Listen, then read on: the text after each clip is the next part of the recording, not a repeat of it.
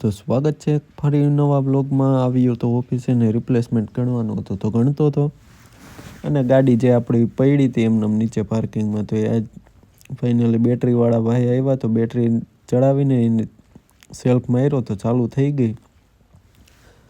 પછી થોડીક વાર મેં ગાડીમાં રેસ થયો તો ઘડીએ, કારણ કે બંધ થઈ જાય પછી આપણું નામ આવે એના કરતાં.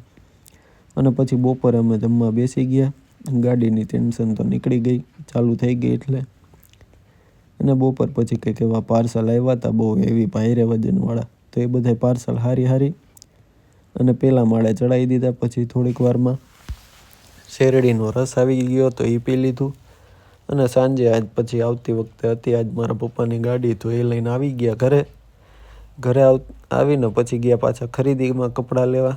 તો કપડાં લઈ અને વ્લોગ પૂરો. મળીએ નવા વ્લોગમાં, ત્યાં સુધી બાય બાય.